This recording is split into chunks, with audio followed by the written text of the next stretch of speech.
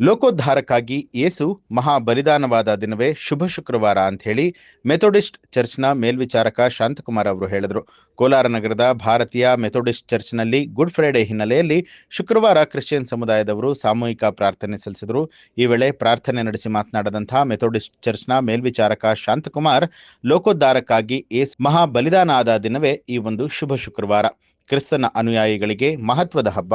Jesus ಮನುಷ್ಯರ ಪಾಪಗಳ ನಿವಾರಣೆಗಾಗಿ ಶ್ರಮಿಸ್ತಾ ಇದ್ದವರು ಮತ್ತು ಸತ್ತು ಪುನರುತ್ಥಾನ ಆದರು ಅಂತ ಹೇಳಿ ನಂಬಲಾಗುತ್ತೆ. ಆದ್ದರಿಂದ ಈ ದಿನವನ್ನ ಪ್ರತಿಯೊಬ್ಬರ ಪಾಪಗಳಿಗೆ ಕ್ಷಮೆ ಕೇಳಲು ಆಚರಿಸಲಾಗುತ್ತೆ.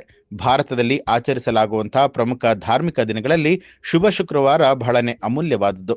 ಇದು ಕ್ರಿಶ್ಚಿಯನ್ ಸಮುದಾಯ ಆದಿಯಾಗಿ ರಕ್ಷಣೆ ಬಯಸುವಂತಹ ಎಲ್ಲರಿಗೂ ಕೂಡ ಪ್ರಮುಖ ಆಗಿದೆ. 40 ವಸಂತ ದಿನಗಳ ನಂತರ 40 ದಿನಗಳ ಕಾಲ ಕ್ರೈಸ್ತ ಬಾಂಧವರು ಉಪವಾಸ ಇದ್ದು ದೇಹ ಶುದ್ಧೀಕರಣ ಮಾಡ್ತಾರೆ. ಮಾಂಸಾಹಾರ ವರ್ಜನೆ, ಆಡಂಬರ ಇಲ್ಲದಂತಹ ಜೀವನ ಕಳೆಯುವ ಮೂಲಕ ಪ್ರಾಯಶ್ಚಿತ್ತ ಮನೋಭಾವ ಹೊಂದಿದವರಾಗಿ ನಿತ್ಯ ಪ್ರಾರ್ಥನೆಯನ್ನ ಸಲ್ಲಿಸ್ತಾರೆ ಅಂತ ತಿಳಿಸಿದ್ರು.